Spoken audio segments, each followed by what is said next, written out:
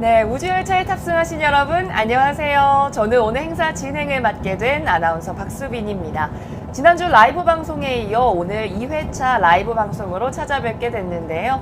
우리 우주과학열차는요, 누리호 3차 발사 성공을 기념해서 코레일 관광개발 그리고 전라남도 고흥군이 함께 진행하고 있는 이벤트입니다. 한국항공우주연구원 그리고 한화에어로스페이스가 지원하고 있는 이벤트입니다. 오늘 우주과학열차 라이브 방송을 통해 열차에 탑승하고 계신 시청자분들과 함께 우주에 대한 재미있는 강연 진행해 볼 예정입니다. 자, 그럼 우주과학열차 라이브 클래스를 시작하겠습니다. 네, 오늘 행사는 1부와 2부로 나누어져 있습니다. 1부에서는 유튜버 과학쿠키님께서 우주에 대한 인문학 강연을 진행해 주실 예정이고요. 2부에서는 한국항공우주연구원 이지성 박사님께서 누리호 개발 스토리 그리고 우주 발사체 원리를 설명하는 강연을 진행해 주실 예정입니다. 자, 강연이 진행되는 동안 들으시면서 궁금한 점 있으신 분들은요, 라이브 채팅창에 계속 궁금한 점을 남겨주시면 강연이 끝난 이후에 질의응답을 하는 시간을 가질 예정이니까요. 계속 강연을 들으시면서 궁금한 점이 있다, 질문이 있다 하시는 분들은 채팅창에 남겨주시면 감사하겠습니다. 자, 그럼 이제 일부 강연자를 만나보도록 하겠습니다. 유튜버 채널 44만 명의 구독자를 가지고 운영하고 계신 유튜버 과학쿠키님입니다. 네, 안녕하세요. 네, 안녕하세요. 과학 커뮤니케이터로 활동하고 있는 과학쿠키 이효종입니다. 네, 과학쿠키님 벌써 한 주가 지나서 이렇게 또 만나 뵙게 됐습니다. 네. 이제 과학쿠키님에 대한 설명을 드리자면요. 유튜버로 활동하시기 이전에 과학 선생님, 물리 선생님으로 활동하셨다고 하는데요. 네. 근데 선생님이셨는데 유튜버로 전향하시게 된 계기에 대해서 여쭤봐도 될까요? 사실 제가 너무 오래된 얘기라서요, 이제. 네. 사실 5년 전 얘기인데, 이제 어쨌든 유튜브를 처음에 시작할 때는 우리 그 당시에는 우리나라에 과학을 좀 재미있게 설명할 수 있을 만한 영상 매체가 거의 없었어요. 뭐 예를 들면 뭐 방송국이나 EBS 같은 데서 만들어주는 소스들은 있었지만, 네. 근데 이제 민간인이 쉽게 접할 수 있는, 혹은 학생들이 좀 접할 수 있는 좀 흥미로운 자료들은 많이 없었습니다. 그래서 그런 시각 자료들을 만들면 어떨까 네. 라는 생각으로 이제 유튜브를 하게 됐죠. 원래는 이제 그런 것들을 학생들에게 보여주기 위해서 시작했다가 네. 지금은 좀 이렇게 독자적으로 미디어를 가지게 됐습니다. 네, 정말 너무 멋있으신 분이에요. 자, 지난주에는 우리 과학쿠키님께서 달에 관한 주제로 이제 인문학 강연을 진행해 주셨는데, 네. 오늘은 혹시 어떤 주제를 준비하셨는지 여쭤봐도 될까요? 예, 오늘은 지난주에는 좀 우리나라가 정말로 실제로 네. 달을 어떻게 우리가 연구할 거고, 왜 우리는 달에 가야 되는가, 네. 우리는 왜 우주를 개발해야 되는가에 대해서 강연을 했다면, 이제 오늘은 우리가 늘 흥미로워하는 우주에 대한 네. 이야기를 좀 담아봤습니다. 저는 어렸을 때 우주를 좋아하게 된 계기가 네. 이제 만화책에 담겨져 있는, 이게 과학 만화인데요. 네. 과학 만화책에 담겨져 있는 첫 챕터부터 등장한 만화 캐릭터가 계속해서 이제 우주를 여정하는 과정을 따라가면서 좀 재미를 느꼈거든요. 네. 근데 알고 봤더니 그 만화의 캐릭터가 사실은 이제 뭐 외계인이었다. 아. 뭐 이런 컨셉이었는데, 첫 질문이 그겁니다. 외계에는 정말 외계인이 존재하는가?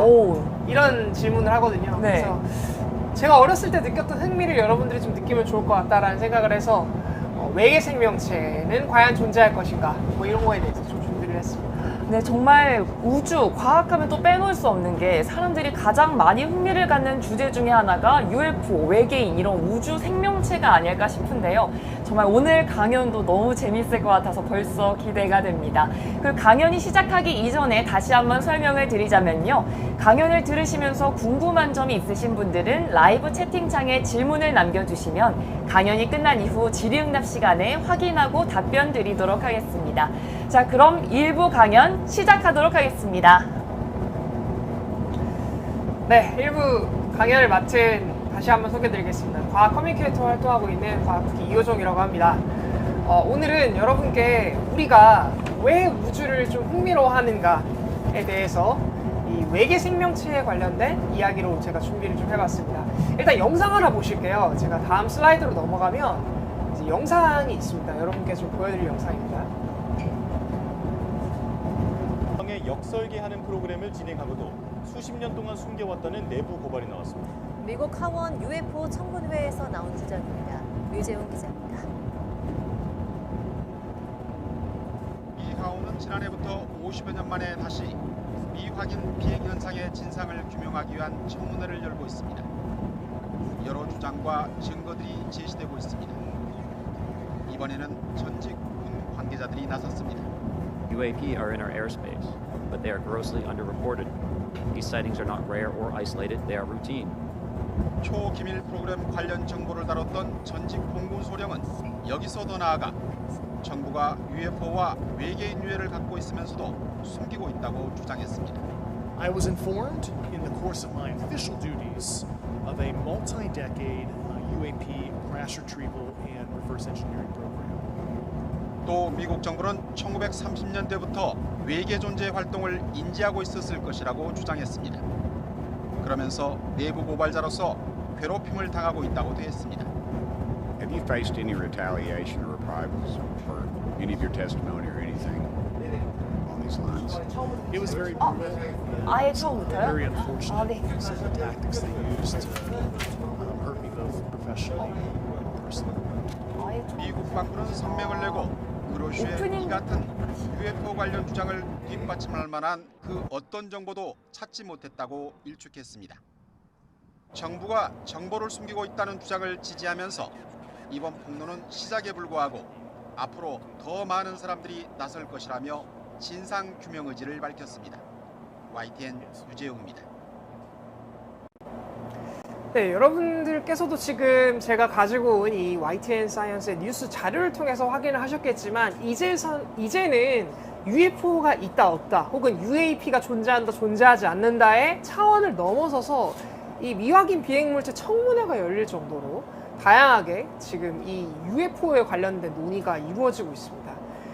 과거에 군 복무했던 장교뿐만 아니라 엔지니어들 몇몇 사람들까지도 계속해서 나는 UFO를 회수해서 역설계를 했던 그런 연구를 한 적이 있다라고 하는 그런 경험들이 잇따라 쏟아져 나오면서 특히나 미국인들은 더욱더 UFO에 관심이 많았었거든요. 그래서 이제 이런 것들이 정말 존재할 것인가, 외계의 지적 생명체가 존재할 것인가에 대한 이야기들이 나오곤 합니다. 최근 들어서는 이제 우리나라 사람들도 UFO에 관심이 좀 어느 정도 많아져서 그런 건지 모르겠는데, 원래는 이 미확인 비행물체에 대한 그 관측 사례가 이 동양 쪽에는 저는 없었던 것으로 알고 있었는데, 최근에는 이런 것들이 또 이제 나오면서 UFO에 대한 좀 뭔가 흥미로운 일들이 좀 이루어지고 있는 것 같습니다. 여러분들의 생각은 어떤지 궁금합니다. 정말 이 외계 지적 생명체와 외계 생명체가 있다는 것은 좀 다른 의미이거든요. 외계 지적 생명체가 있다는 것은 우리와 문화적인 혹은 뭐 여러 가지 교류를 할 수 있는 뭔가 대상이 있다는 뜻이고, 외계 생명체가 있다는 것은 이 외계에 우리 생명체와 거의 비슷한 유전 형질을 가지고 있는 무언가 생명 현상을 일으킬 수 있는 존재가 있다라고 하는 것이라 조금은 다릅니다. 예를 들면 뭐 미생물 같은 것이 외계에 있다고 해도 이것이 외계 생명체니까요. 근데 조금 사실 외계 생명체가 있는 것과 외계 지적 생명체가 있는 것은 다른 어떤 차원의 문제인 것 같아서 이것이 또 역사상 초미의 관심이 일어나는 주제이지 않은가라는 생각이 드는데요. 요즘에는 다음 슬라이드로 넘어가 주시면 뭐 요즘뿐만이 아니죠. 계속해서 이런 UFO에 대한 뭐 의문이나 아니면 좀 미스테리한 일들은 계속해서 제시가 되어 왔습니다. 우리가 또 이제 미스테리를 좋아하다 보니까 이런 것들을 더 이렇게 문화적으로도 만들고 또 이걸 가지고 논의도 하고 이러는 것 같은데요. 비단 UFO라고 하는 형태가 과거 저 어렸을 때는 지금 여러분의 슬라이드 왼쪽에 있는 이런 형태의 UFO가 좀 더 우리에게 친숙한 느낌의 UFO였습니다. 뭔가 과학관을 간다거나 아니면 SF 만화를 본다고 하더라도 이런 비행 접시, 그러니까 접시 같은 형태의 원반을 가지고 있는 어떤 중력을 거스르는 존재가 갑자기 하늘에 나타났다 사라졌다, 뭐 이런 어떤 사진 증거들이 굉장히 그 당시에는 많았거든요. 근데 이제 그 당시의 사진들은 뭔가 조작이다, 아니면 이것은 우리가 객관적으로 증명할 수 없는 무언가이다라고 해서 좀 이렇게 좀 치부가 되었었는데, 최근에 이제 이런 것들이 발견되면서 이제 이슈가 되어가고 있는 과정인 것이죠. 그럼에도 불구하고 우리는 뭔가 이런 이 UFO라고 하는 존재, 그리고 외계 생명체라고 하는 존재를 SF에서는 계속해서 활용해 왔습니다. 오른쪽에 있는 저 우주선은 저렇게만 봐서는 여러분들이 잘 모르겠지만 굉장히 유명한 영화 중에 하나인 마블 시네마틱 유니버스의 영화죠. 타노스가 타 있는 비행선입니다. 타이탄이라는 비행선이라고 저는 알고 있는데요. 그래서 어쨌든 저런 비행선들을 보면 우리가 기존에 알고 있던 저런 미확인 비행 접시와 같은 형태가 아니라 다양한 어떤 우주 함대와 같은 그런 형태를 보여줍니다. 그래서 우리는 뭐 예를 들면 지금 뭐 마블 시네마틱 유니버스야 거의 최근의 영화지만 그 전으로 돌아간다고 하면 제다이 시리즈로 유명한 뭐 스타워즈가 있기도 하고 스타트rek이 있죠, 미국엔 또. 이런 식으로 우리는 계속해서 우주 생명체와 우주 문명에 대해서 뭔가 SF적인 상상으로 지속적으로 향유해 왔습니다. 그렇다면 여러분들 여기서 좀 궁금한 게 외계인이라고 하는 게 정말 존재할 것인가? 혹은 외계 생명체가 존재할 수 있을 것인가? 만약에 이런 게 있다면 과학자들이 이것을 뭔가 탐구의 대상으로 삼는 그런 연구는 혹시 있지 않을까? 뭐 이런 것들에 대해서 생각해 볼 수 있잖아요. 그래서 오늘은 그런 것들에 대해서 준비를 해왔습니다. 다음 장으로 슬라이드 넘겨주시면요. 자, 요 사진을 여러분들이 봤을 수도 있다고 생각합니다. 이제 과학에 흥미가 있다면 이제 우주를 덕질하다 보면 우리 왜 엄청나게 두꺼운 책 중에 하나인 칼 세이건의 코스모스라고 하는 책을 여러분들이 들어보셨는지 모르겠어요. 제가 어렸을 때는 이 우주 과학에 대해서 칼 세이건의 코스모스를 정독하는 것만큼 우주 과학에 대해서 제대로 이렇게 볼 수 있을 만한 매체가 별로 없었기 때문에 저는 이제 칼 세이건의 코스모스를 좀 많이 봤지만 여러분들께서는 아마 영상 자료로 더 많이 이 자료를 확인하셨을지도 모르겠습니다. 왼쪽에 있는 사진은요, 보이저, 우리가 왜 그 토성과 목성을 이제 그 궤도를 따라서 쭉 이제 우주 바깥으로 지금 이동하면서 임무를 다 마친 보이저 1호와 보이저 2호가 있죠. 이 보이저호에 탑재된 이 지구의 각종 정보 메시지를 담은 LP판입니다, 저게. 이제 과거에는 저희가 CD 플레이어보다 좀 더 큰 판을 이용해서 축음기를 통해서 우리가 음악을 들었었는데 그 축음기에 담긴 어떤 LP판 사이즈로 저렇게 지구의 정보를 담아서 이렇게 우주에 보냈습니다. 저걸 보낸 목적이 외계 생명체가 만약에 존재한다면 그 외계 생명체에게 우리 인류가 이런 존재다라고 하는 것을 담아서 이런 어떤 외계 생명체가 직접적인 조우를 하기 위해서 저런 식으로 이제 LP판에다가 이렇게 보냈는데요.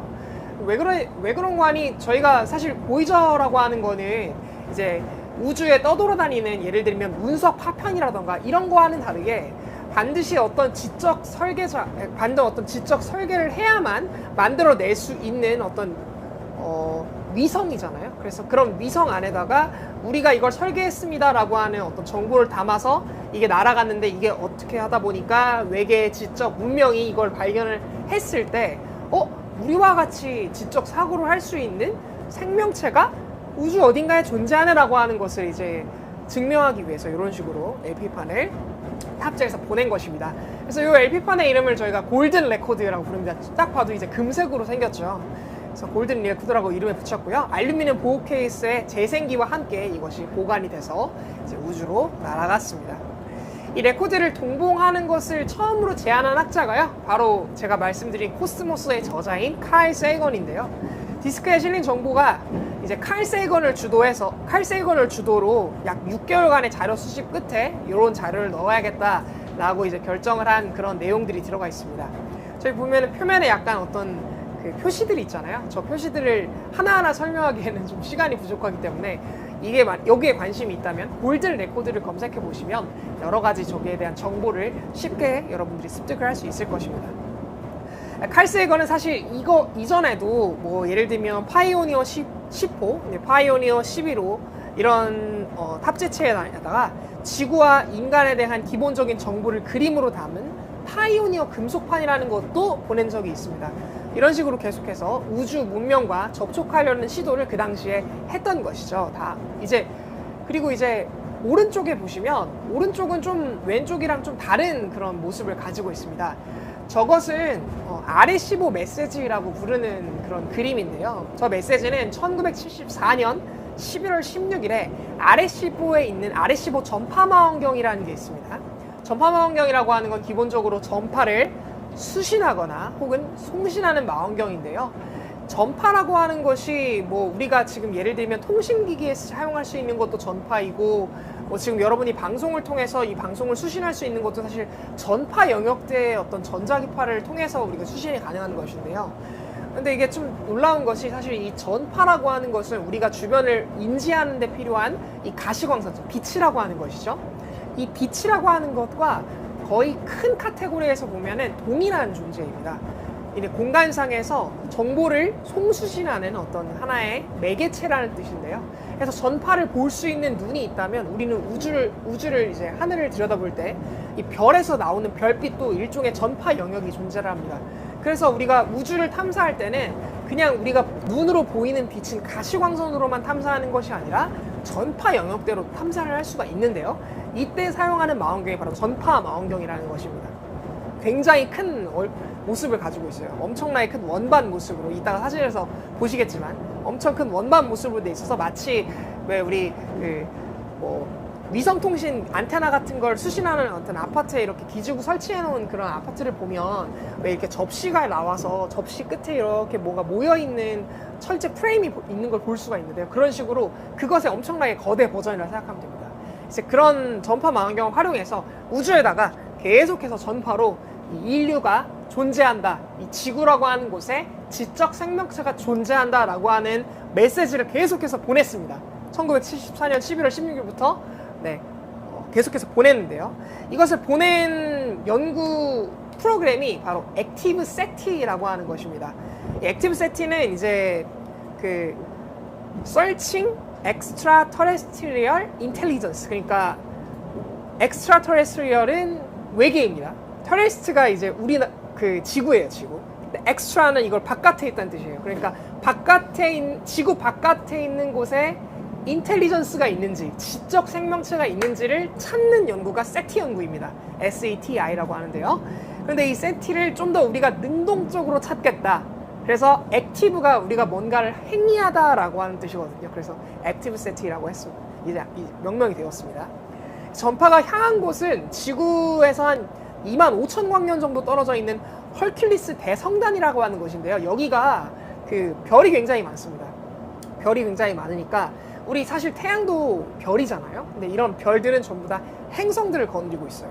근데 이 행성 중에 슈퍼 얼스라고 해서 지구와 굉장히 비슷한 환경을 가지고 있는 또는 생태를 가지고 있는 가능성이 있는 그런 행성들이 우리 은하 안에는 존재를 하고 있는데, 그런 행성들이 존재할 수 있을 만한 가능성이 가장 크다고 느낀 헐큘리스 성단에다가 이런 RS-5 메시지를 보내본 것입니다. 그래서 끊임없이 우리가 이런 식으로 외계 지적 생명체와의 교류를 위한 무언가 열심히 과학자들의 노력이 있었다라고 하는 어떤 이런 증거가 좌측에 있는 LP판과 오른쪽에 있는 RS-5 메시지가 될 것 같은데요. 이 RS-5 메시지의 그림이 이렇게 보면 굉장히 단순한 그림처럼 보이지만 저게 사실 이진수를 지금 그림으로 표현해 놓은 것이거든요. 저게 굉장히 좀 중요한 의미를 가지고 있는 어떤 이진수의 어떤 도트입니다. 저것도 이제 흥미로가 있으신 분들은 나중에 찾아보시면 좋을 것 같은데, 저기에 있는 모든 내용을 이해하려면 적어도 이제 고등학교 수준의 어떤 과학 지식은 필요하기 때문에 여러분들이 나중에 고등학생 정도가 돼서 저걸 한번 흥미로워지면 찾아보면 좋을 것 같습니다. 다음 장 슬라이드 넘겨주시면요. 요것은 굉장히 좀 재미있는 신호입니다. 이게 와우 시그널이라고 잘 알려진 신호인데요. 미스테리로도 많이 다뤄졌었고, 굉장히 좀 우주 과학 중에서 우주인 혹은 외계인 뭐 이런 것들을 좀 좋아하시는 분들은 굉장히 신뢰를 하고 있는, 흥미로워하고 있는 그런 신호입니다. 우리가 아까 전에는 외계에다가 신호를 보내는 것에 초점해서 여러분들께 말씀드렸다면, 이 와우 시그널은 정말 최초로, 우주 최초, 그러니까 세계 최초죠. 우리에게 있어서 우주 최초로 외계에서 문명이 우리에게 수신을 했을 것이라고 추정되는 시그널을 최초로 과학적으로 포착한 시그널이 바로 이 와우 시그널입니다. 그래서 저기 지금 와우라고 써 있잖아요. 저게 이제 저 신호를 받은 그 제리 R 이만이라고 하는 교수가 저거를 받고 깜짝 놀라서 저기다가 와우라고 이렇게 쓴 그런 모습이라서 이게 와우 시그널이라고 알려지게 되었는데요. 다음 슬라이드로 넘겨주시면요. 네, 지금 여기 굉장히 많은 어떤 점들이 보입니다. 네, 저게 이제 그 색깔을 반전한다면 검은색 배경 화면에 이렇게 하얀색 점들이 쫙 찍혀 있는 그런 사진으로 보일 텐데요. 이제 과학자들이 별을 연구할 때는 저런 식으로 원래는 검은색 배경에, 하늘이 검으니까요. 우주가 검은색이니까 검은색 배경에 이렇게 빛이 이렇게 땅땅땅 나 있는 어떤 별들을 이렇게 우리 눈으로 보겠지만 과학자들은 저런 식으로 저것을 대비를 시켜서 네거티브한 사진으로 연구를 하는 편입니다. 저렇게 하면은 별들의 밝기를 좀 더 명확하게 볼 수 있으니까요. 그래서 저 왼쪽에 있는 사진을 보면 저기에 지금 뭐 별자리가 이렇게 몇 가지가 이어져 있는 것들이 보입니다. 저희 지금 원형으로 제가 이렇게 마크를 한 곳 오른쪽에 보면 약간 좀 주전자 비슷하게 이렇게 별자리가 형성되어 있는 걸 볼 수 있는데요. 저 별자리가 그 유명한 그 궁수자리라고 하는 별자리입니다. 우리 은하의 중심부 근처에 위치하고 있는 별자리라서 저쪽에는 굉장히 별이 많습니다. 우리는 기본적으로 은하가 원반 형태로 이렇게 존재를 하고 있는 큰 나선 은하에 살고 있는데요. 이 나선 은하에 우리 은하의 중심이 만약에 가운데에 있다면 태양계는 나선 은하의 8쪽에 위치를 하고 있습니다. 그래서 우리 은하를 크게 돌고 있는데요. 그렇기 때문에 우리는 우리 은하의 중심과 우리 은하의 변방을 계절에 따라서 교차적으로 볼 수가 있는데요. 여름의 경우, 지금 오늘 같은 이런 여름의 시즌의 경우에는 밤에 그 해가 지고 밤에 우리가 당도한 하늘이 은하의 중심 쪽을 향하고 있기 때문에 여름밤에는 은하수를 볼 수가 있는 것이죠. 그렇게 은하수를 볼 수 있는 그 별자리 근처, 저 궁수자리라고 하는 저곳이 이제 우리 은하 중심이 있을 텐데, 그래서 우리 은하 중심을 만약에 우리가 눈으로 보고 싶다라고 하면 저 궁수자리를 어떻게 찾을 수 있는지에 대해서 배우면 바로 우리 은하의 중심을 찾을 수가 있습니다. 뭐 이건 사실 딴 얘기로 샜고요. 저 궁수자리 바로 옆에 있는 저 원형의 부분, 저 근처 어딘가에서 바로 이 와우 시그널이라고 불리는 뭔가 외계 문명이 보낸 것 같은 것으로 추정되는 신호가 저렇게 포착이 된 것이죠. 저기 지금 원형을 확대해서 이렇게 보면 저렇게 약간 좀 세로로 길쭉하고 가로는 얇은 저런 마크를 2개가 찍혀 있는 걸 볼 수 있는데요. 저기에서 보냈을 것이다 라고 이제 과학자들이 나중에 이제 후 추측을 통해서 알아낸 좌표입니다. 그래서 저기가 어디 있냐면요. 다음 장 슬라이드 넘겨주시면요. 이건 이제 제가 직접 찍은 그 은하수의 모습인데요. 바로 이 은하수의 저 지금 오른쪽 하단에 보면 저기에 지금 궁수자리에 주전자가 보입니다. 오른쪽 하단에 지금 빨간색으로 동그라미 친 바로 옆쪽에 보면은 오른쪽에 주전자 이렇게 형태가 지금 잘 보이진 않지만 이렇게 저기 주전자가 있는데요. 그 왼쪽에 지금 빨간색으로 동그라미 친 바로 저곳에서 이 와우 시그널이 지구에 보내졌다라고 이제 추정이 됐다라고 하는 것인데요.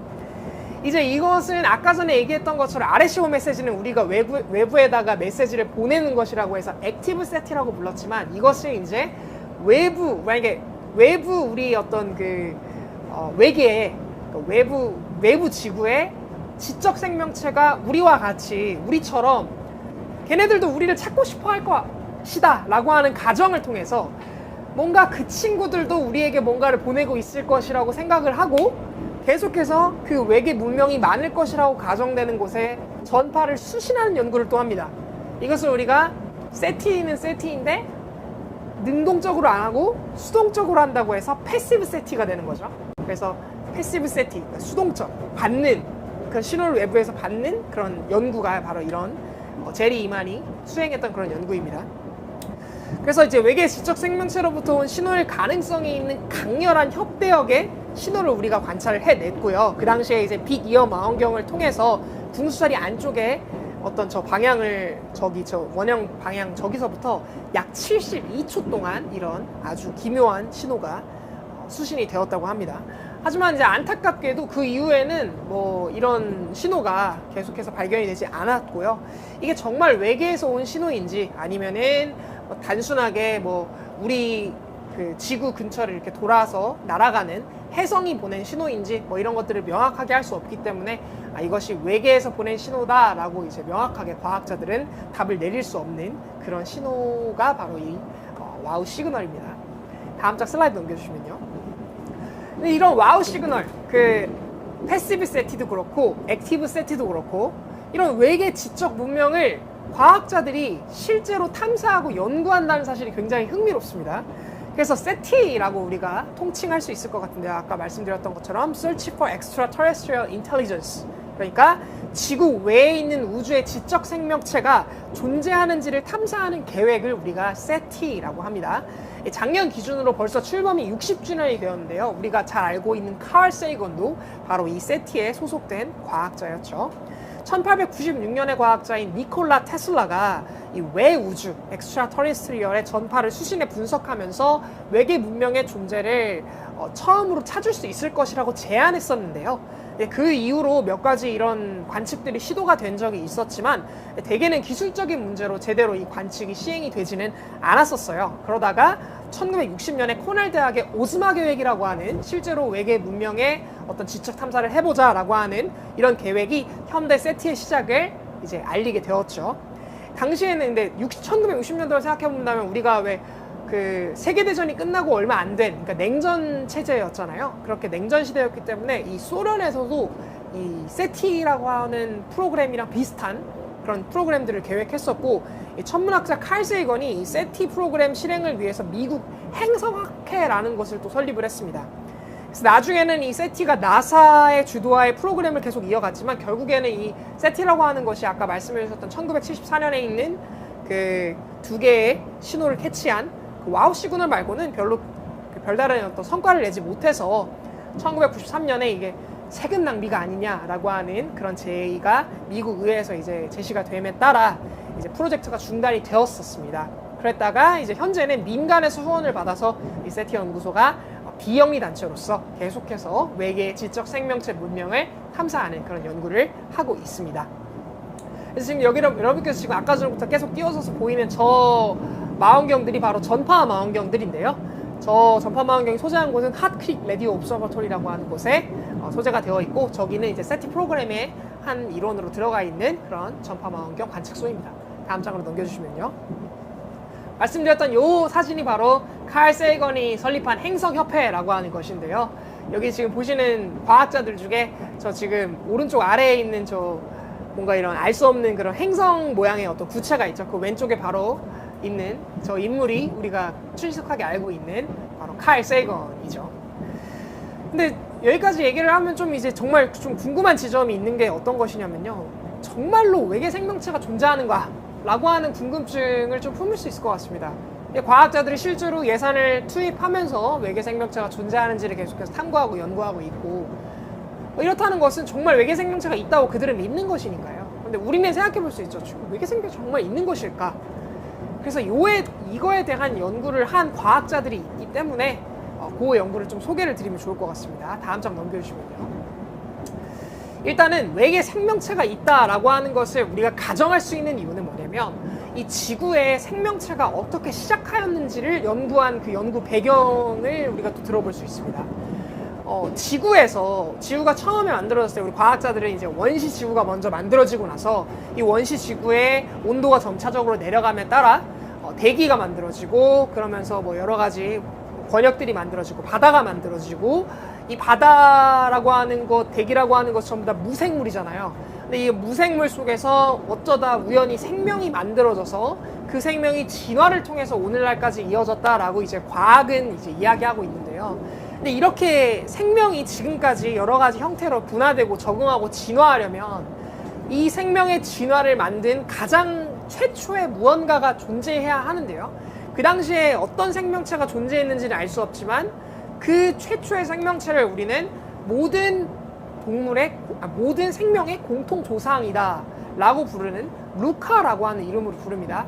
네, Last Universal Common Ancestor라고 부르는데요.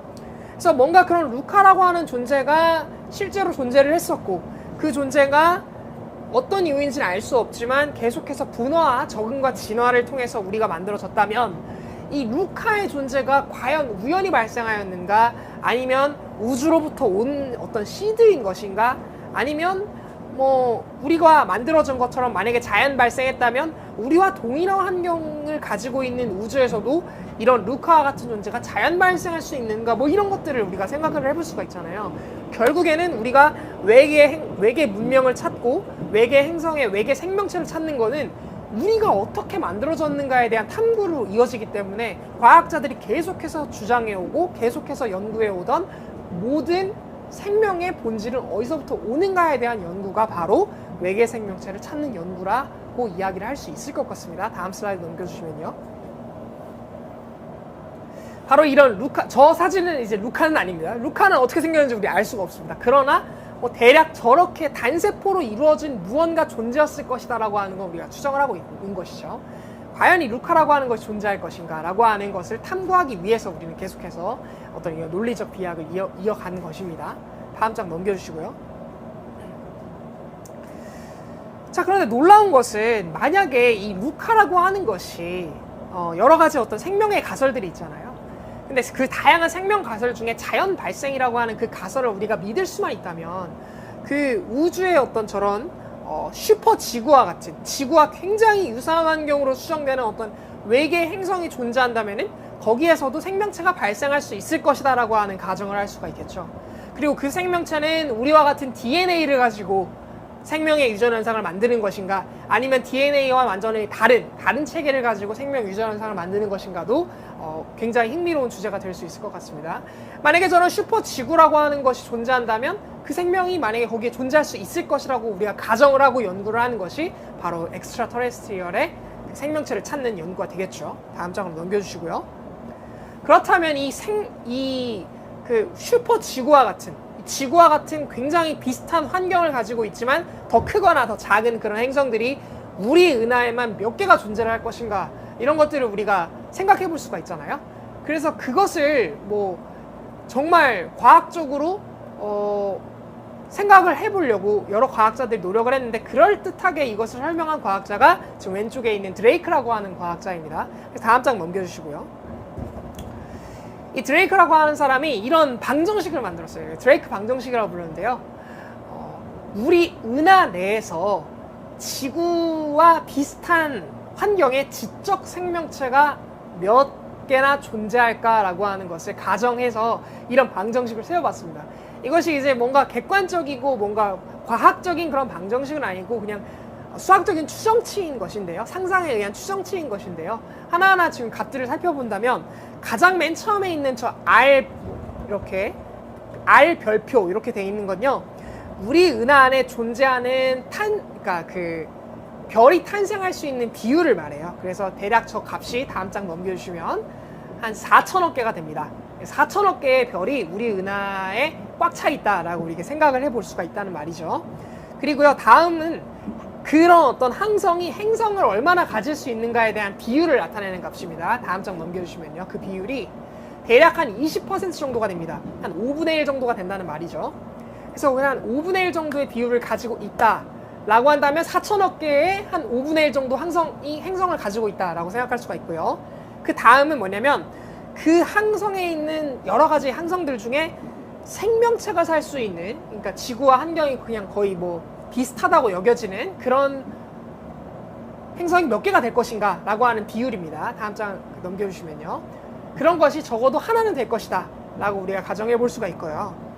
그런 어떤 지구와 닮은 행성이 그러면 정말 거기에서 실제로 생명체가 탄생할 수 있을까에 대한 확률은 또 여기서 한 어느 정도 그러니까 확률이 좀 나눠지겠죠. 다음 슬라이드 넘어가시면요, 대략 한 10% 정도라고 합니다.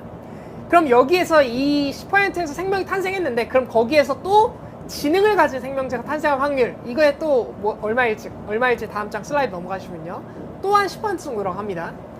그리고 이제 이 중에서 이렇게 지적 생명체가 탄생을 한 그 녀석들이 다른 별에다가 우리처럼 자신의 존재를 알릴 확률이 또 얼마나 될 것인가, 다음 장 넘겨주시면요, 그게 또한 10% 정도라고 합니다.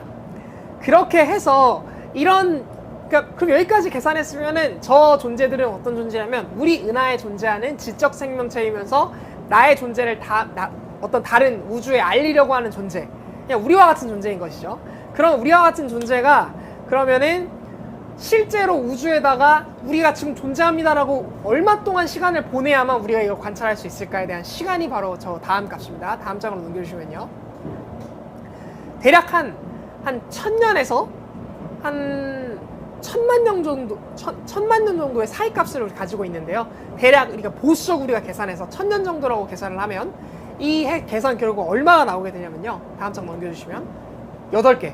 그러니까 우리 은하에만 우리와 비슷한 수준의 지적 생명체가 대략 존재할 수 있는 행성의 개수가 대략 8개 정도 된다는 것인데, 물론 뭐 엄청나게 보수적으로 보시는 분들은 이거보다 훨씬 적게 보시고, 또 희망적으로 보시는 분들은 이거보다 더 많게 보시겠지만, 우리 은하 안에만 이런 존재들이 8개체나 된다는 것은 굉장히 우리 우주 안에서 외롭지 않은 존재라고 생각할 수 있을 만한 어떤 근거를 제시하는 것 같습니다.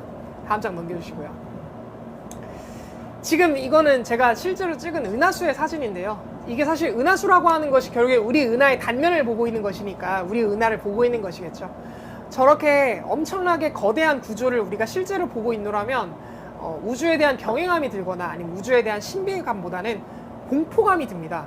이 정말 거대한 우주 속에 우리는 어떤 존재일 것인가? 정말 우리는 그냥 하찮은 어떤 지구라고 하는 정말 우주적 스케일에서는 먼지만도 못하는 아주 작은 곳에서의 그냥 서로를 막 원망하고 무시하고 막 슬퍼하고 행복하고 기뻐하고 이 안에서 막 열심히 살아가려고 하고 그냥 그렇게 애쓰는 어떤 그냥 하나의 스쳐 지나가는 생명체일 것인가에 대한 여러 가지 생각들을 하게 되는데요. 그런 생각들을 하면서 그냥 자연스럽게 우리 이 우주에는 정말 우리가 외롭게 홀로 존재하는 생명체인가라고 생각해 볼 때가 가끔씩 존재하는 것 같습니다. 하지만 그럼에도 불구하고 몇몇 증거들은 우리 은하 안에도 생명체가 존재할 수 있다고 하는 가능성을 이제 보여주니까요. 우리가 그렇게 밤하늘을 보면서 너무 경외감이나 공포감이나 외로움만 느끼는 것이 아니라 저 우주에 우리와 같은 지적 생명체가 있을 수도 있겠다라고 하는 생각을 해본다면 굉장히 좀 흥미롭고 굉장히 좀 설레는 그런 상상이 되지 않을까라는 생각이 듭니다. 그런데 우리 은하 안에만 제가 8개의 우리 문명이 존재한다고, 그러니까 문명이 존재할 수 있다는 가정을 드레이크 방정식을 통해서 알아봤다고 했잖아요. 그런데 우리 우주는 우리 은하만 보기에는 너무나도 크다는 사실을 여러분께서 영상을 통해서 보시면 좋을 것 같습니다. 다음 영상을 좀 틀어주시면요. 네, 지금 여러 가지 우리가 볼 수 있는 어떤 그 작은 존재들로부터 우리의 우주가 얼마나 큰지를 비교한 비교 영상인데요. 네, 지금 저기 보시면 뭐 동전도 보이고요. SD 카드가 보이죠? 그 옆에 지금 메뚜기가 보이고요. 아직까지는 굉장히 작은 것들을 다루고 있습니다. 지금 사과가 보이고요. 바나나가 보입니다. 점점점 축구공이 보이죠. 점점점 우리가 더 큰 곳을 향해서 지금 계속해서 줌 아웃을 하는 그런 모습을 볼 수 있습니다. 이제 강아지가 보이고요. 사람이 보입니다. 네. 해바라기는 사람보다는 좀 더 크게 자라는 것 같습니다. 타조가 보이고요. 이렇게 가서는 우리 우주가 얼마나 큰지 과연 우리가 실감할 수 있을까? 거기까지 언제 갈까? 라고 생각할 수 있지만 꾸준히 계속 갑니다. 자, 지금 티라노사우루스도 보이고요. 예. 네, 지금 관광을 위한 그 2층 버스도 좀 보이는 것 같습니다. 네, 계속해서 줌 아웃을 해 나갈 것입니다. 네, 지금 기린이 보이고요. 기린 정도를 이렇게 줌아웃해서 보니까 뒤에 있는 어떤 산새 같은 것도 보이고 약간 좀 그런 모습이 보이는 것 같습니다.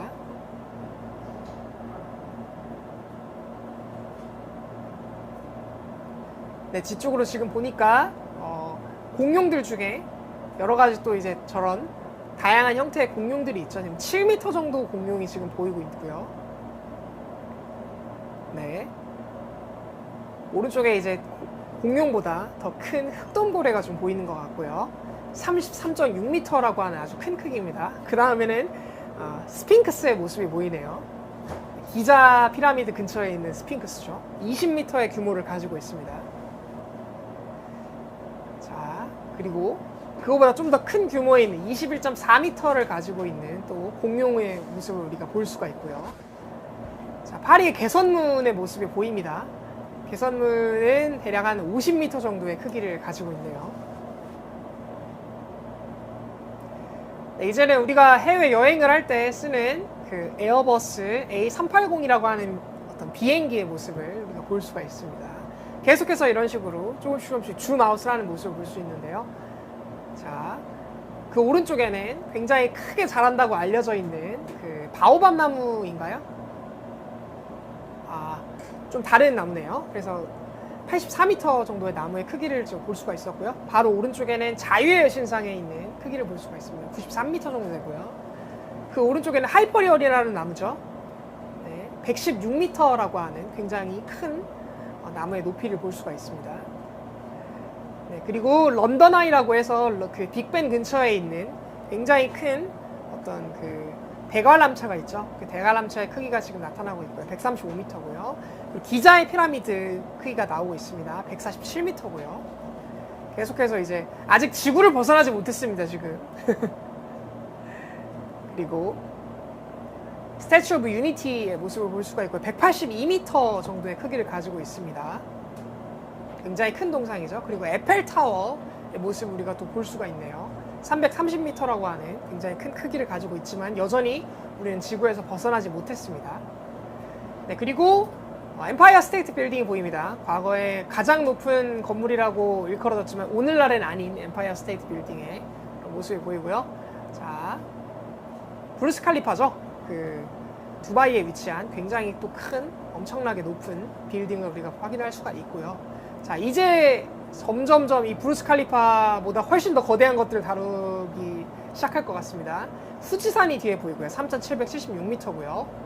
그 뒤쪽으로는 우리 지구에서 존재하는 가장 높은 산이라고 알려져 있는 에베레스트 산, 에베레스트 산맥을 지금 볼 수가 있습니다. 8,848m라고 알고 있었는데 1m가 추가가 됐네요. 자, 이제 바로 이제 세레스로 넘어갑니다. 이거는 이제 외소 행성에 분류되는 행성이고요. 자, 다음으로 이제 계속해서 이제 만나볼 친구들입니다. 메이크라고 하는 행성.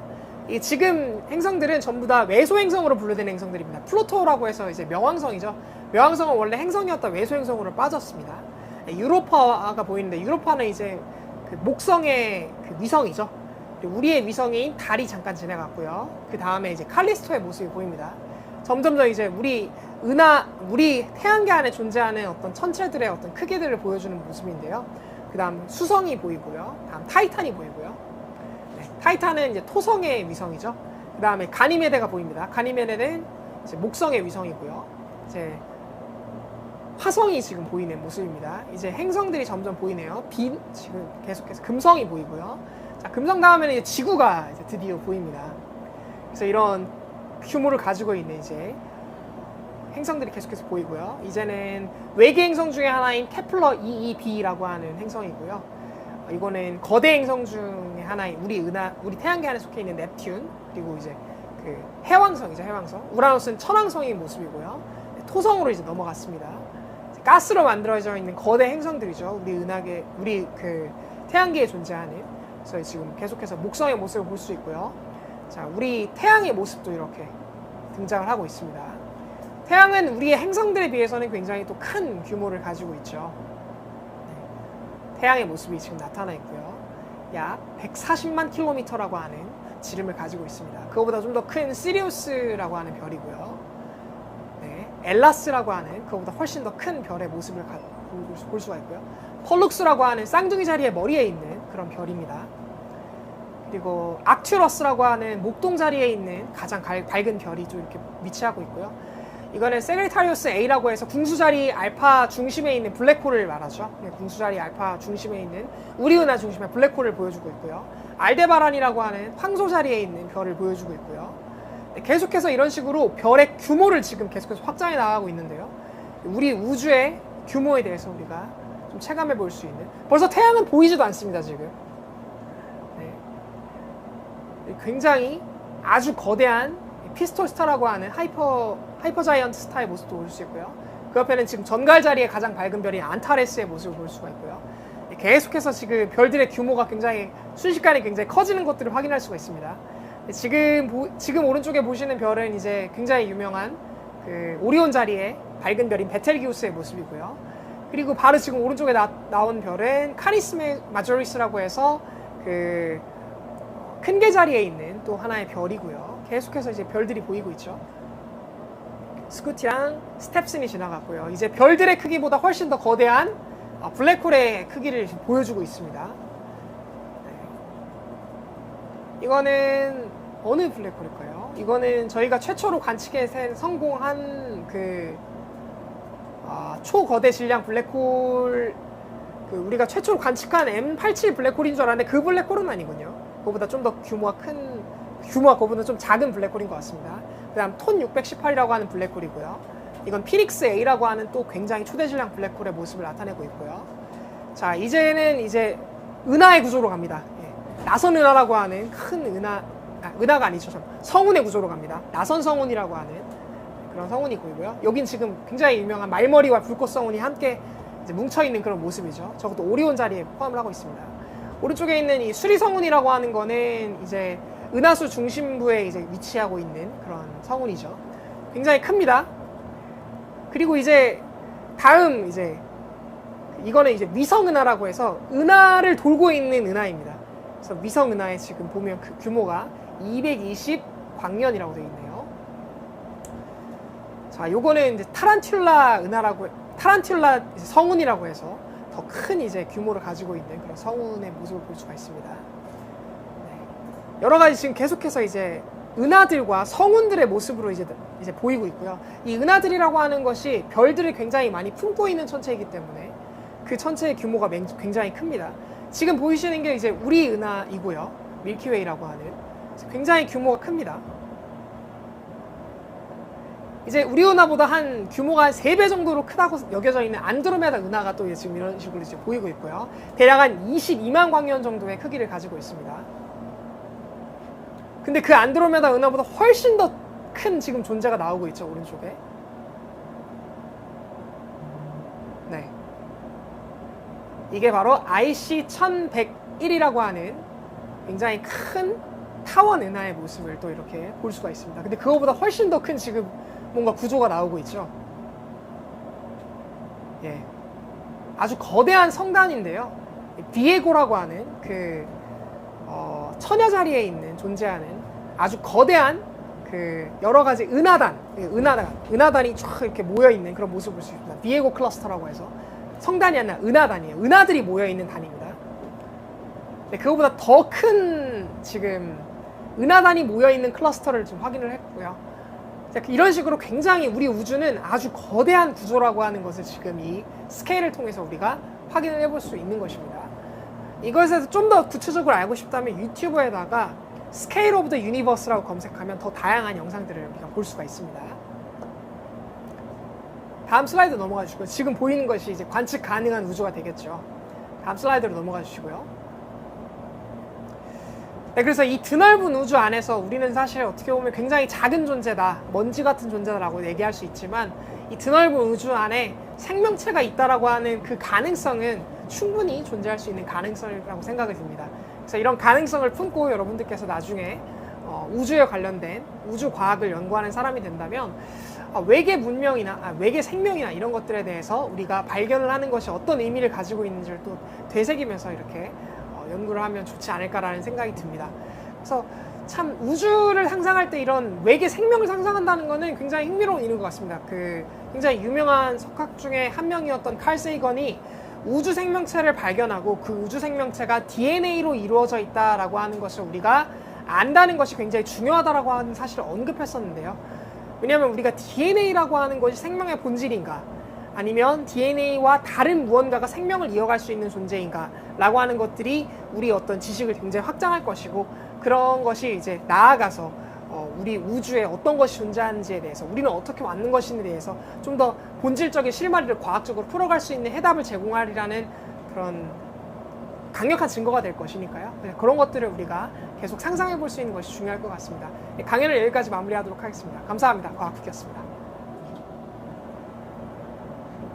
네, 정말 흥미로운 강연이었습니다. 지금 열정적인 강연 덕분에 지금 강연 시간이 정말 넘어가는 긴 시간이었는데요. 저는 진짜 시간 가는 줄 모르고 흥미롭게 들었던 것 같습니다. 유익한 강의 정말 감사드립니다. 감사합니다. 네, 이 열차에 탑승하고 계신 시청자분들께서도 이 강의를 정말 재미있게 들으셨을 것 같은데요. 지금 이제 Q&A의 경우에는 강연 시간이 길어지면서 이제 2부 강연이 끝난 이후에 시청자분들께서 Q&A로 남겨주신 걸 저희가 확인하고 2부 강연까지 마친 이후에 한 번에 답변해 드리도록 하겠습니다. 네, 그리고 이제 강연이 모두 마친 이후에요. 식사 시간이 지나고 나서도 이제 과학쿠키님과 이지성 박사님을 직접 뵙고 또 질문할 수 있는 시간이 있으니까요. 그때도 많이 활용해 주시면 좋을 것 같습니다.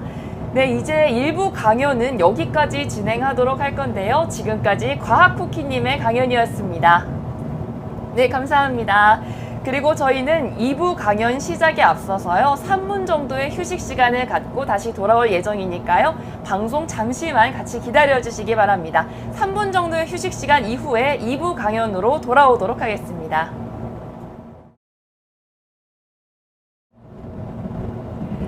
네, 저희 우주과학열차 휴식 시간이 끝나고 다시 2부 강연으로 돌아왔습니다. 이제 2부 강연을 시작하려고 하는데요. 최근 누리호 3차 발사에 성공하는 걸 정말 온 국민이 지켜봤을 것 같습니다. 2부에서는요, 누리호의 개발 과정부터 발사까지의 이야기를 직접 들을 수 있는 특별한 분을 모셨습니다. 한국항공우주연구원 이지성 박사님입니다. 모두 큰 박수 부탁드립니다. 안녕하십니까. 한국항공우주연구원의 이지성입니다. 네, 박사님 안녕하세요. 반갑습니다. 네, 한국항공우주연구원, 이 기관의 이름은 들어봤는데요. 이제 어떤 일을 하는 곳인지 잘 모르는 분들도 있으실 것 같아요. 그래서 잘 모르는 시청자분들을 위해 이 한국항공우주연구원에 대한 설명 부탁드려도 될까요? 네, 저희 연구원은 그 정부에서 출연한 연구원으로 쉽게 말해서 일반 민간에서는 하기 어렵지만 꼭 해야 하는 일들을 정부에서 투자를 해서 연구를 하는 기관이고요. 대체적으로 항공과 우주 관련된 모든 일들을 하고 있습니다. 조금 더 구체적으로 말씀드리면 항공기나 인공위성 그리고 발사체 이런 분야들을 직접 연구하고 개발하는 일을 하고 있습니다. 와, 네, 정말 들어보니까 우리 우주과학, 한국의 우주과학의 현재와 미래를 책임지고 있는 정말 중요하고 대단한 기관이라는 생각이 드는데요. 정말 이 열차에 탑승하고 있는 분들이 또 미래 우주 인재가 될 수 있는 분들이잖아요. 이 분들이 이제 항우연에서 꿈을 마음껏 펼치면서 우리 한국의 우주과학 미래를 이끌어갔으면 좋겠습니다. 자, 그럼 이제 2부 강연을 시작할 시간이 되었는데요. 오늘의 2부 강연 주제 어떤 건지 여쭤봐도 될까요? 예, 아마 그 누리호 영상을 많이 보셨을 텐데 겉에서 보는 것만 많이 아마 보셨을 겁니다. 그래서 오늘은 그 발사체가 어떤 원리로 발사가 되고 또 내부에는 어떤 구조를 가지며 또 그 중에 좀 흥미로운 부분들을 발췌해서 여러분들께 그 안에 숨어있는 과학의 원리 이런 것들을 좀 소개하도록 하겠습니다. 와, 정말 이 누리호 발사에 성공하면서 저희가 이제 한국이 우주 강국반열에 들어서면서 이 누리호에 관해 궁금한 게 정말 많으실 것 같아요. 이번 강연도 정말 흥미롭게 들으실 수 있을 것 같은데요. 이제 강연이 시작되기 전에 다시 한번 안내 말씀드리자면요. 강연을 들으시면서 궁금한 점이 있으시면 채팅창에 남겨주시면 저희가 강연이 끝난 이후에 이제 질문을 한 번에 확인을 하고 응답하는 시간을 갖도록 하겠습니다. 그럼 이지성 박사님의 2부 강연 지금 시작하겠습니다.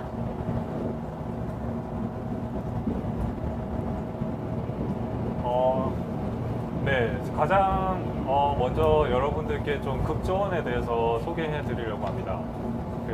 사실 일부 강연 중간에 그 질문들을 보니까 우리 아이들이 우주 관련된 일을 하려면 어떤 것을 전공해야 되나요? 그런 질문들이 있었는데 사실 저도 우주라고 하는 그런 전공이 사실은 없습니다. 그래서 저도 기계공학을 전공했고 그 중에서도 극저온 공학이라고 하는 것을 공부를 했는데 이게 어떤 것이고 왜 발사체에 들어가는지 먼저 소개를 한번 해드리도록 하겠습니다. 이 극저온이라고 하는 것은 영어로는 크라이오제닉이라고 부르는데 이 크라이오라고 하는 것은 그리스어로 차갑다는 의미를 가지고 있고요. 그 다음에 제는 영어로 무엇인가 만들어내다, 그러니까 차가운 것을 만들어내다 라는 의미를 가지고 있는데 보통은 영하 153도 이하의 아주 낮은 온도를 의미합니다. 오른쪽 위에 보시면 이제 액체 질소의 모습이 보이는데 주변에 성해가 아주 끼어 있어서 굉장히 낮은 온도입니다. 영하 196도. 그래서 우리가 잘 모르지만 이런 낮은 온도를 만들기 위해서 산업계에서 아주 많이 사용하고 있습니다. 우리가 좀 더 흔하게 좀 느낄 수 있는 예를 한번 들어보면 그 집에서 보통 사용하는 도시가스를 예를 들 수 있는데요. 우리가 도시가스를 보통은 해외에서 수입을 해오는데 이 수입할 때는 이 배라고 하는 한정된 공간에 많은 가스를 실어야 하기 때문에 이 천연가스를 아주 낮은 온도로 액화를 시킵니다. 그러면 영하 123도보다 더 낮은 온도가 되겠는데, 이렇게 낮은 온도로 있을 때 비로소 기체 가스가 액체 상태로 존재해서 많은 양들을 배에 싣고 올 수 있게 됩니다. 또 한 가지 예를 들면, 우리가 병원에 가면 우리 몸을 굉장히 좀 정밀하게 검사하기 위해서 MRI라고 하는 검사를 하게 되는데요. 이때도 밖에서 보이진 않지만 그 안 내부를 살펴보면 영하 270도 가량의 온도가 유지되는 굉장히 낮은 온도가 유지되고 있습니다. 그래서 이 MRI 장비 안에는 그 초전도 자석이 존재하고, 이 초전도 자석을 낮은 온도를 유지하기 위해 극저온이 사용되고 있습니다. 그럼 다음 페이지 한번, 우리가 발사체에선 그럼 어디에 사용될까요? 이미 제목에 나와 있듯이 액체 산소를 저희가 사용을 하고 있습니다. 액체 산소는 영하 183도 이 정도의 온도를 가지는데 왜 산소를 사용해야 할까요?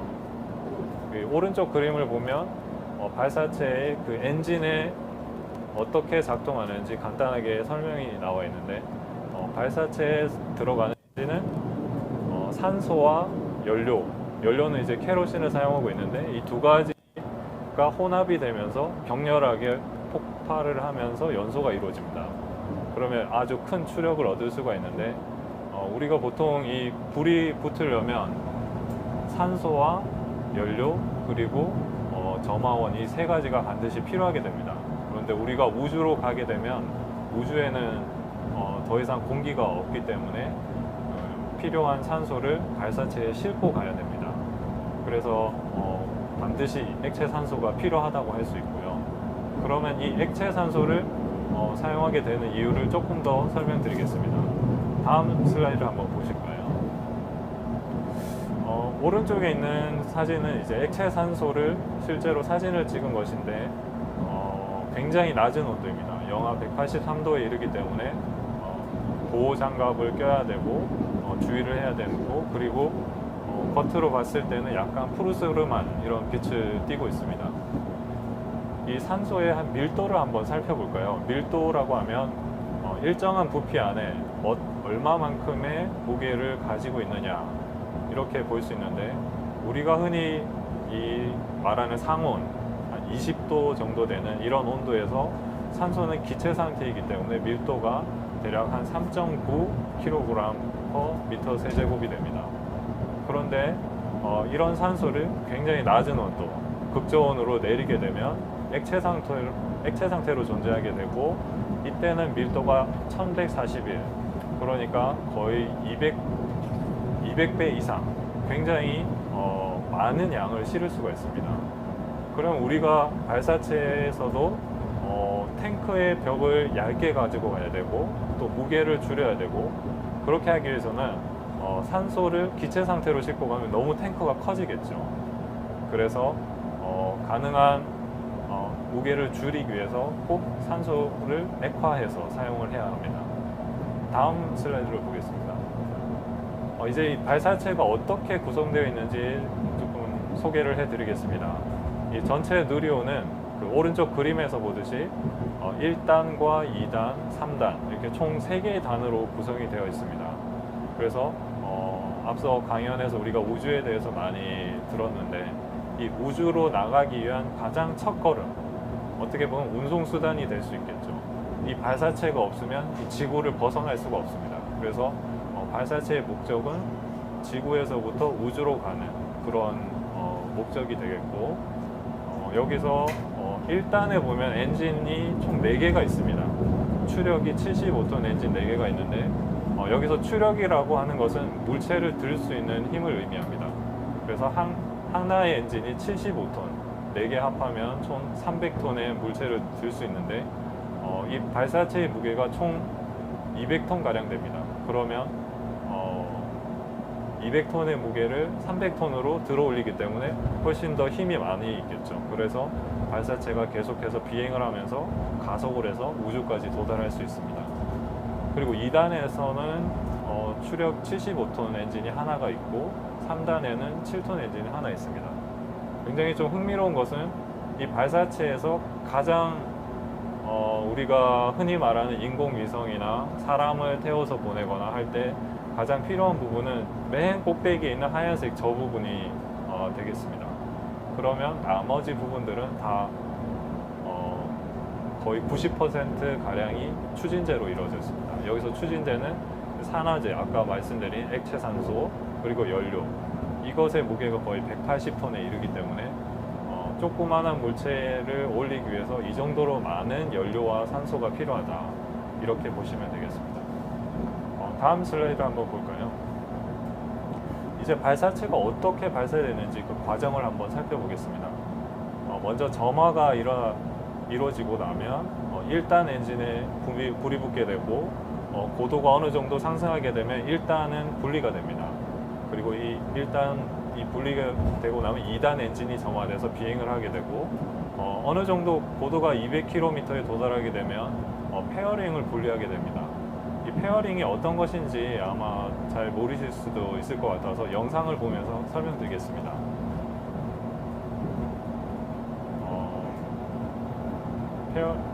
페어링이라고 하는 거는 아까 말씀드린 그 맨 꼭대기에 있는 부분인데 내부에는 인공위성이 실려 있습니다. 발사체가 비행하는 동안 이 페어링이 하는 역할은 인공위성을 보호하는 것이죠. 그리고 그 역할이 끝났을 때는 안전하게 분리가 되는 것입니다. 이 페어링의 무게도 대략 한 700kg 정도 무게가 많이 나가기 때문에 이것을 또 분리를 하는 것이 이제 비행하는 데 훨씬 좋은 역할을 하게 되는 것이죠. 그래서 발사체가 비행하는 동안에는 바람도 불고 이물질도 있을 수 있고 여러 가지 열적인 그런 부하들이 생기기 때문에 그것들로부터 보호하기 위해서 이걸 닫고 있다가 상공 200km에 이르게 되면 여기는 이미 우주 공간이라고 보면 되겠습니다. 그래서 여기서부터는 더 이상 필요하지 않기 때문에 페어링을 분리하게 되는 것이죠. 영상은 여기까지 보겠습니다.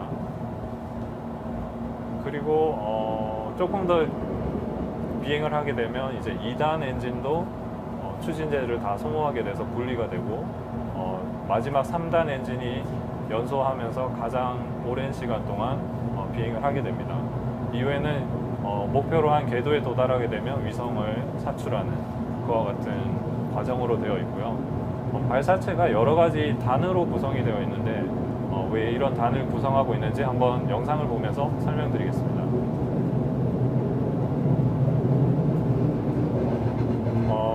이제 로켓은 왜 단을 분리할까? 우주로 발사하는 대부분의 발사체들은 모두 여러 단으로 구성이 되어 있습니다. 누리호는 1, 2, 3단 3개로 구성이 되어 있고요. 만약에 아까 말씀드렸듯이 대부분의 이 공간들은 거의 추진제가 차지하고 있죠. 그런데 이 추진제를 다 소모하게 되면 사실은 더 이상 필요가 없게 됩니다. 그래서 1단을 분리하게 되면 전체 구조 무게 중에 대략 60%가 감소하게 되겠죠. 그러면 훨씬 더 효율적으로 비행을 할 수 있기 때문에 단을 사용하게 되고 또 다른 이유는 그 발사체가 비행을 하게 되면 점점 고도가 올라가게 되는데 이 고도가 올라가게 되면 그 고도에 맞는 효율적인 노즐을 각각 다르게 설계할 수 있습니다. 그래서 이런 이유 때문에 발사체에서는 여러 단을 사용할 수 있는데 만약에 그럼 뭐 5단 이렇게 많이 사용하면 더 좋을까요? 근데 이렇게 하면 또 너무 복잡해지고 또 효율성이 떨어지기 때문에 보통 일반적으로는 2단 혹은 3단 이렇게 많이 구성이 되어 있습니다. 다음 슬라이드 다시 다음 슬라이드에서 한번 보겠습니다. 그러면 이 발사체라고 하는 것은 과연 어떻게 이루어져 있냐? 아까 말씀드린 것처럼 1, 2, 3단으로 구성이 되어 있는데 각 단에는 엔진이 있고 또 그 엔진 외에도 추진제를 싣고 가는 탱크 그리고 구조체들 여러 가지 구성들이 굉장히 많습니다. 자동차의 경우에는 약 2만 개의 부품이 들어가 있는데 항공기는 20만 개의 부품이 들어가 있다고 합니다. 그런데 이 발사체에는 무려 37만 개의 부품이 들어가 있어서 우리가 만든 어떤 탈 것, 수송 탈 것 중에서는 가장 복잡하게 이루어진 것이라고 볼 수 있겠습니다. 이 발사체가 어떻게 구성되어 있는지 영상을 보면서 설명드리겠습니다.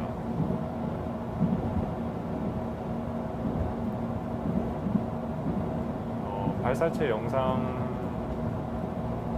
영상을 한번 볼까요? 이 발사체에서는 여러 가지 부품들이 있는데 그 중에서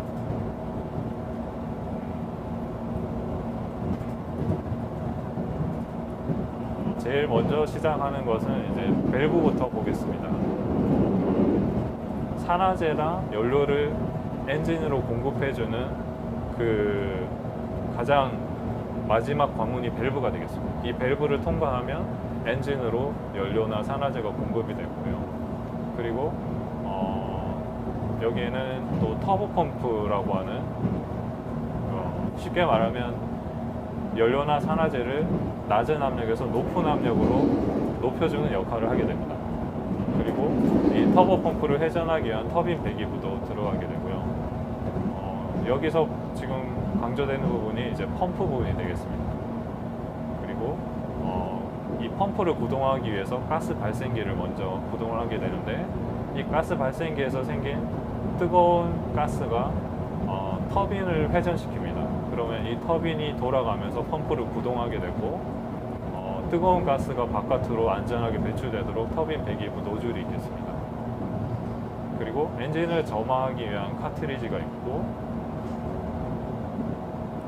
또 발사체 엔진이 XY축으로 움직일 수 있는 짐벌 액추에이터도 있습니다.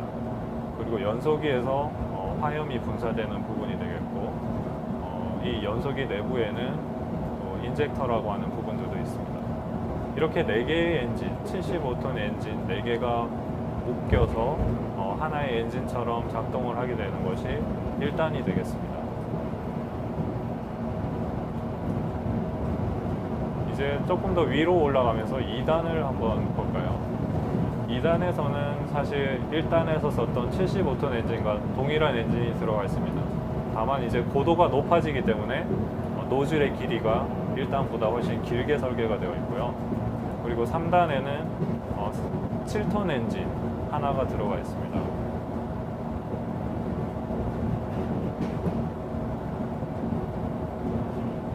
전체적으로 보면 이제 발사체 내부에 아까 말씀드렸던 산화제가 왼쪽에 있고, 그리고 연료가 아래쪽 오른쪽에 위치하게 됩니다. 이 산화제 탱크 내부는 이런 모습으로 되어 있고요. 이 산화제가 제일 먼저 시동을 걸게 되면 가스 발생기가 먼저 시동을 걸고, 여기서 나오는 가스로 인해서 터보 펌프가 구동이 됩니다. 그 터보 펌프가 구동이 된다는 말은 산화제가 터보 펌프로 들어가서 낮은 압력, 보통 한 3기압 정도의 압력인데 이것이 50기압 이상 굉장히 높은 압력으로 압축이 됩니다. 그리고 이 산화제뿐만 아니라 이 연료 탱커에서도 배관을 통해서 연료 펌프로 들어가게 되고요. 이렇게 해서 산화제와 연료가 공급이 되는데, 여기서 연료는 먼저 연소기를 냉각하게 됩니다. 조금 뒤에 아마 설명을 드릴 텐데, 연소기가 굉장히 뜨거워지기 때문에 먼저 연소기 벽면을 냉각하고, 그리고 이렇게 냉각하고 나면 이제 뜨거운 연료가 되어서 산화제와 함께 만나서 서로 분사가 되게 됩니다. 이것을 적절히 골고루 잘 분사해야 연소가 불안정하지 않게 되는데요. 그래서 여기서 분사가 되면서 점화가 동시에 일어나게 됩니다.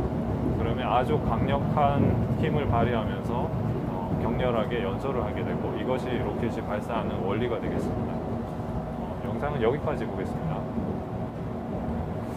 그래서 이렇게 구성되어 있는 발사체에 굉장히 부품이 많기 때문에 우리는 300여 개의 국내 기업들과 협력을 해서 부품을 개발하고 있고, 저희 항우연의 인력, 지난 강의에서도 좀 질문이 있었는데 발사체를 개발하는 인력은 대략 한 250명 정도 되겠습니다. 근데 이것만으로는 부족하죠. 그래서 협력 업체들까지 하면 대략 500명 정도 개발을 하고 있습니다. 다음 슬라이드 보겠습니다. 몇 가지 발사체에 들어가는 기술 중에서 흥미로운 것들을 좀 소개해 드리려고 하는데요. 먼저 소개해 드릴 부분은 연소기 부분입니다. 동영상을 한번 보면서 설명을 드리겠습니다. 보통 용광로에서 2300도 정도의 온도가 되면 쇠가 녹습니다. 그러면 이 로켓에서 나오는 화염의 온도는 대략 3500도인데 어떻게 이렇게 높은 온도에서 저 연소기 부분이 녹지 않고 잘 보존이 될 수 있는가, 그 원리를 한번 살펴보겠습니다. 아까 잠깐 봤었는데요. 그 연소기 표면에 보면 이렇게 가느다란 그런 통로들이 있는 것들을 볼 수 있습니다. 여기서 잘라보면 내부에 이 벽면 사이에 작은 유로가 있습니다. 뭔가 액체가 흘러갈 수 있는 유로가 있어서 연소기로 공급되는 그 연료, 어떻게 보면 상온의 액체 상태겠죠. 이 연료가 관 사이를 지나면서 연소기를 냉각하게 됩니다. 그러면 아주 뜨거운 화염이 생기더라도 이 연소기 벽면을 보호할 수 있는 거죠. 사실 이런 기술들은 이미 미국에서나 다른 발사체 개발할 때도 많이 사용되었던 기술이고요. 어떻게 해서든 이런 것들을 이용해서 발사체가 안전하게 발사되고 또 열적으로도 안정될 수 있도록 이런 기술들을 사용하고 있습니다. 영상은 여기까지 보겠습니다. 그 다음 또 다른 기술을 한번 소개해 드리겠습니다. 다음 슬라이드 한번 보실까요? 여기서는 이제 헬륨가스의 열교환 부분을 한번 소개해 드릴 텐데, 왼쪽 그림에서 보시면 그 산화제 탱크와 연료가 있습니다. 그런데 여기서 보면 그 약간 분홍빛 구슬처럼 보이는 부분이 있는데, 이게 연료 탱크에는 없는데 산화제 탱크에만 들어 있습니다. 왜 여기 설치했을까요? 안 그래도 극저온이면 굉장히 낮은 온도에 있어야 되고 좀 불안정한 상태일 텐데, 여기에 위치하게 굳이 여기 넣은 이유는 그 액체 산소의 온도가 낮기 때문입니다. 아까 대략 영하 183도 이 정도 낮은 온도로 유지되고 있기 때문에 이 안에 들어가 있는 이 구조체도 같은 온도를 유지하게 되겠죠. 사실은 이 구슬처럼 보이지만 이것은 탱크이고, 이 탱크 안에 헬륨가스가 350바 정도 굉장히 높은 압력으로 저장이 되어 있습니다. 이렇게 하는 이유는 헬륨을 최대한 아껴서 효율적으로 쓰기 위해서인데요. 이 가운데 있는 그림을 보시면 액체 산소에 담겨져 있는 차가운 헬륨가스가 열교환기를 통과하게 됩니다. 이 열교환기라고 하는 것은 그 오른쪽 그림에서 보시는 것과 같은데, 아까 가스 발생기의 온도가 굉장히 뜨겁다고 했습니다. 그러면 이 가스 발생기에 뜨거운 열을 이용해서 이 벽면으로 통과하는 헬륨가스가 차가운 온도에서 뜨겁게 데워지는 것입니다. 마치 우리가 보일러를 틀면 차가운 물이 따뜻한 물로 바뀌는 것처럼 아주 차가운 극저온의 헬륨가스가 300도 가량의 높은 온도로 올라가게 되고, 또 이 탱크 안에서는 굉장히 높은 압력이지만 실제로 이것들은 연료 탱크와 산화제 탱크의 윗부분을 일정한 압력으로 유지하기 위해서 헬륨을 계속 소비하게 됩니다. 왜냐하면 그 산화제와 연료는 계속 소비하게 되면 그만큼 빈 공간이 생기겠죠. 이러한 빈 공간들을 헬륨가스로 채워주게 되는데, 낮은 온도에서 이렇게 온도를 높여주고 또 높은 압력에서 낮은 압력으로 내려주면 부피가 350배 가량 증가하게 됩니다.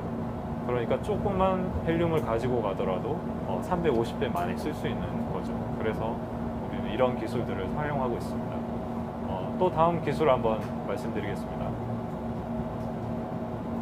다음 슬라이드 한번 볼까요? 그리고 누리호는 밸브가 600개나 있다. 좀 믿기 어렵죠.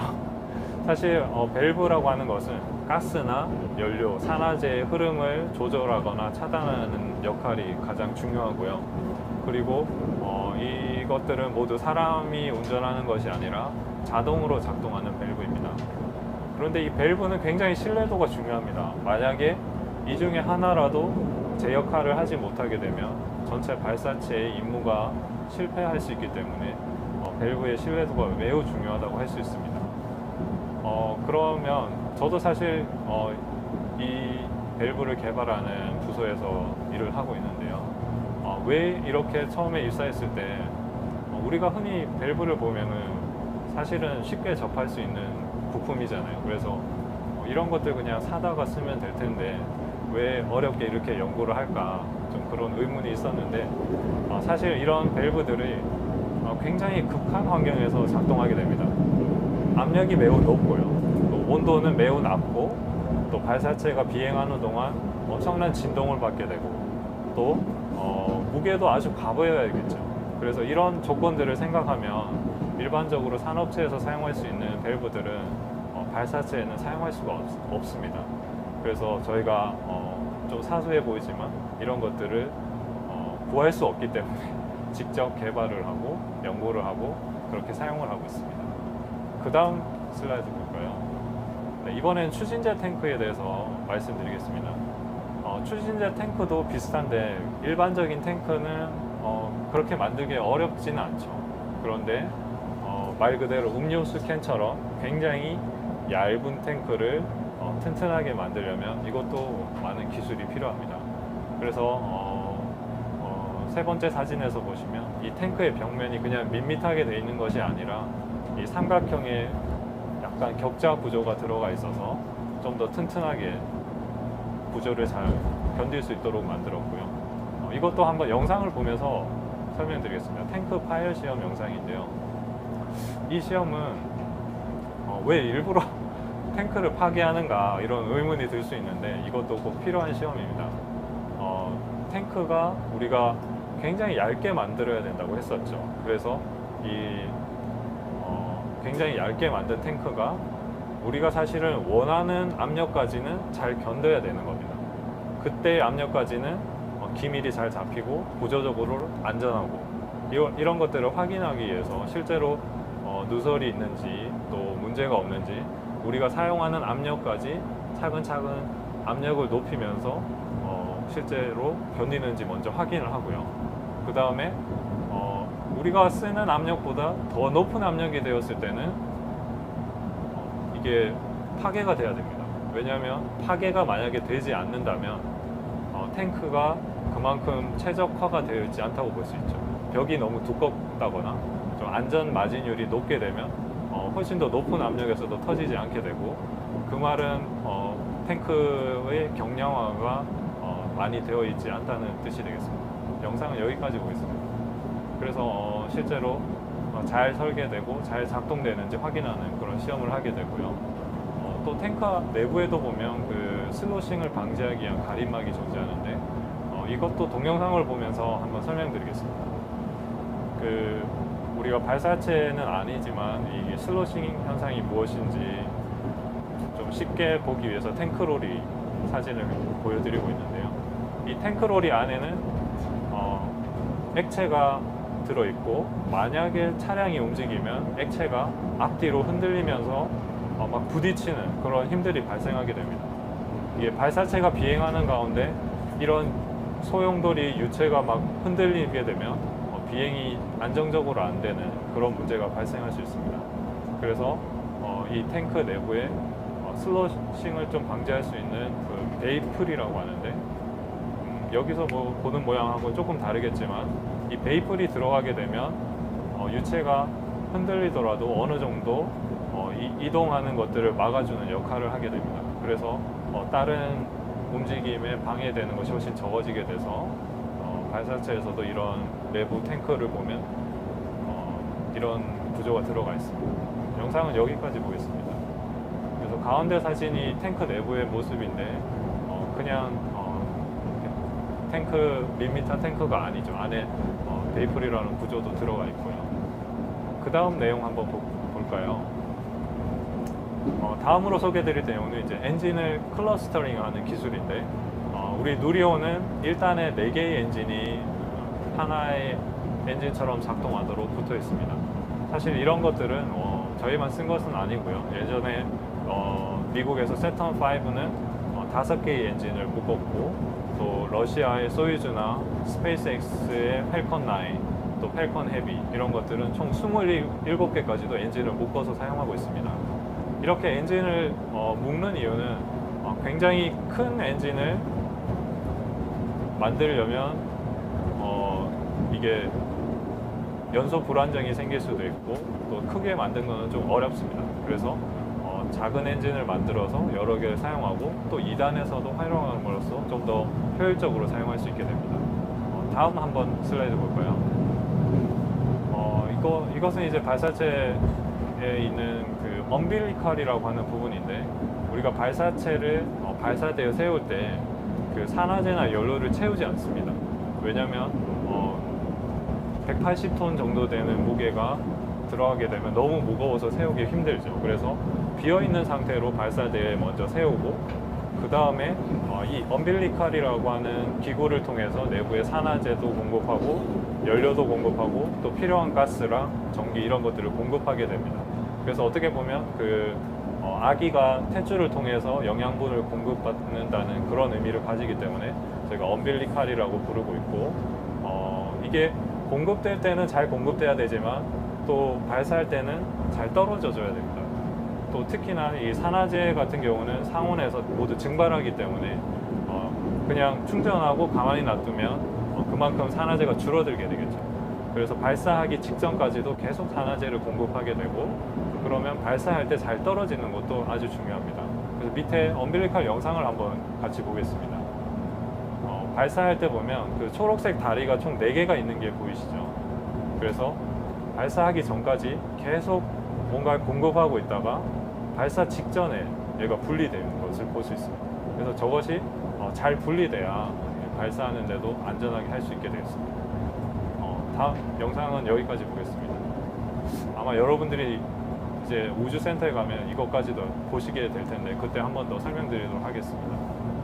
그 다음 내용 한번 볼까요? 그래서 저희가 이제 누리호를 성공적으로 개발을 했고 지금까지 FM3까지는 발사를 하였습니다. 앞으로 이 발사체의 신뢰성을 확보하고 또 여러 가지 미션들을 수행하기 위해서 4차, 5차, 6차 발사가 지금 계획되어 있습니다. 다음 슬라이드 보겠습니다. 저희가 그래서 지금까지 개발한 것은 누리호이고 이게 성공적으로 개발이 되었기 때문에 저희가 그 다음 더 나은 발사체를 개발할 예정입니다. 그래서 왼쪽에 있는 그림이 누리호고 오른쪽은 이름은 아직 정해지지 않았지만 차세대 발사체가 되겠는데요.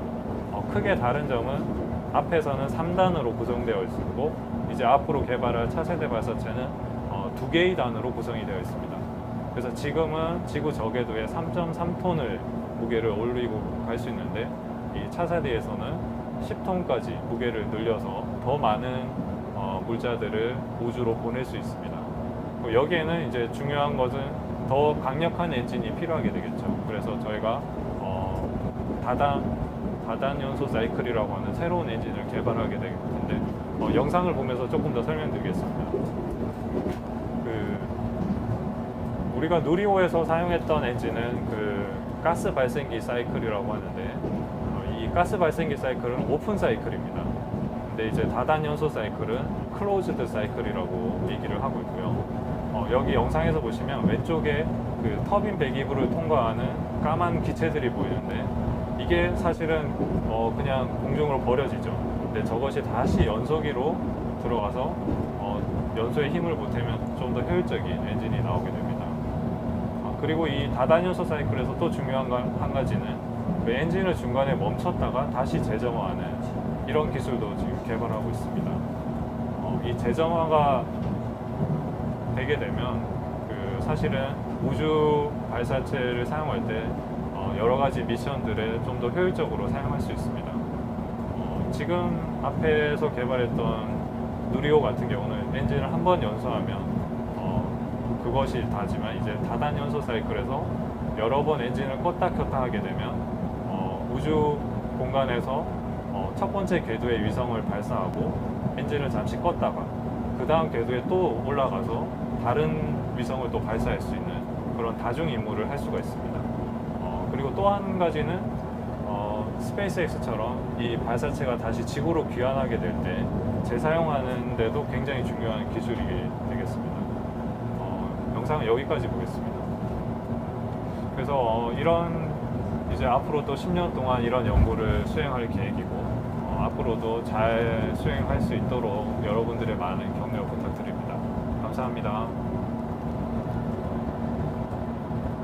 네, 지금까지 한국항공우주연구원 이지성 박사님의 강연이었습니다. 이제 아까 말씀드렸던 것처럼 바로 이제 채팅창을 확인하고 Q&A 진행해 보도록 하겠습니다. 박사님께서 이제 직접 질문을 선정해서 읽어주실 예정인데요. 네, 질문 들어왔습니다. 진짜 궁금한 게 있는데요. 우리 어린아이들이 우주과학센터에서 우주 개발에 관련된 일을 해보고 싶다면 어떤 공부를 해야 할까요? 네, 박사님께서 답변해 주시겠습니다.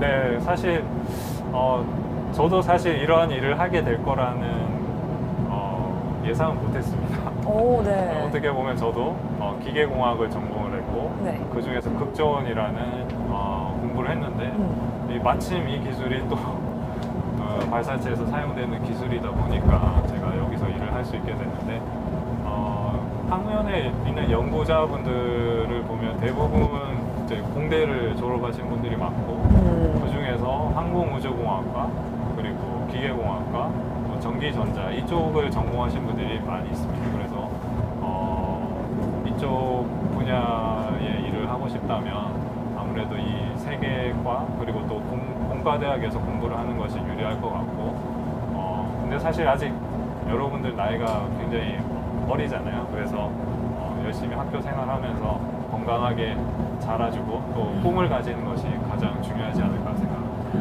네, 감사합니다. 네, 지금 두 번째 질문 바로 들어왔는데요. 박수미님께서 네. 전기로 움직이는 우주선을 만들 수 있나요? 전기 자동차까지는 이제 상용화가 됐는데 네. 전기 우주선 혹시 가능할까요? 좋은 질문입니다. 저희 전기 우주선은 이미 사용하고 있습니다. 사실. 진짜요? 네.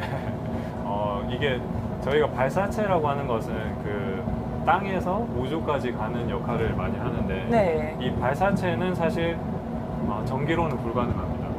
그래서 발사체는 전기가 아니라 연료와 산화제가 연소하는 이 방식이 유일하게 사용되고 있고 네. 일단 우주로 올라가게 되면 여기는 이제 저항이 전혀 없죠. 공기도 없고 그래서 작은 힘으로 밀어줘도 계속 갈 수 있습니다. 마찰이 없기 때문에. 네. 그래서 여기서는 저희가 전기 추진제를 이미 사용을 하고 있고 아마 화성 탐사선이나 심우주 탐사선 이런 걸 할 때도 그 이온 엔진을 사용해서 작은 힘이지만 계속해서 그 추력을 계속 누적이 되면 엄청나게 나중에는 빠른 속도로 비행을 할 수가 있습니다. 네. 그렇군요. 가능하다는 이제 박사님의 네. 답변이었습니다. 이제 마지막 세 번째 질문 확인할 건데요. 네, 서영숙님께서 우리나라의 발사체 기술은 세계에서 어느 정도의 위치에 있나요? 라는 질문 남겨주셨습니다. 저희가 이제 처음 성공을 하게 됐는데 그 발사체에서 실용급 어느 정도 쓸만한 위성을 발사할 수 있는 그런 기술을 보유한 나라는 많지 않습니다. 네. 그래서 전 세계에서 보면 한 6개의 나라가 이미 개발에 성공을 했고 우리가 7번째 정도라고 볼 수 있습니다. 근데 이제 7번째라고 하면 굉장히 자랑스럽게 말씀드릴 수는 있지만 어떻게 보면 그 앞에 6개의 나라들과 비교하면 저희가 아직 가야 될 길이 멀기 때문에 앞으로 더 열심히 연구해야 될 필요는 있습니다. 네, 감사합니다. 이렇게 질문 세 가지에 대해서 이지성 박사님께서 다 답변해 주셨는데요. 추가적인 질문은요, 이제 식사 시간이 끝난 후 네 번째 칸, 특별칸으로 넘어오셔서 과학쿠키님과 이지성 박사님을 직접 뵙고 궁금한 점에 대해서 추가 질문 가능하십니다. 이렇게 두 분의 강연과 질의응답까지 거치고 우주에 대해서 조금은 더 흥미를 갖고 더 잘 알게 된 시간이 아니었나 싶은데요. 여러분도 강연을 보시면서 즐거운 시간 보내셨으면 좋겠습니다. 이제 우주열차는요, 13시, 오후 1시에 목적지인 순천에 도착할 예정입니다.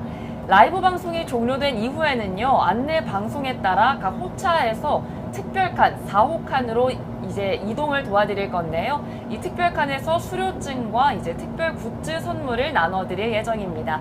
열차가 흔들리니까요. 무엇보다 이동하실 때 안전에 유의해 주시기를 바라고요. 이제 과학쿠키님 그리고 이지성 박사님과 함께 특별칸에서 사진 촬영하고 이제 질의응답을 할 수 있는 시간도 마련되어 있으니까요. 꼭 이제 박사님 그리고 과학쿠키님과 인증 사진도 남기셨으면 좋겠습니다. 네, 정말 아쉽지만요. 이것으로 우주과학열차 라이브 클래스는 여기서 종료하도록 하겠습니다. 함께 해주신 분들 정말 감사드립니다.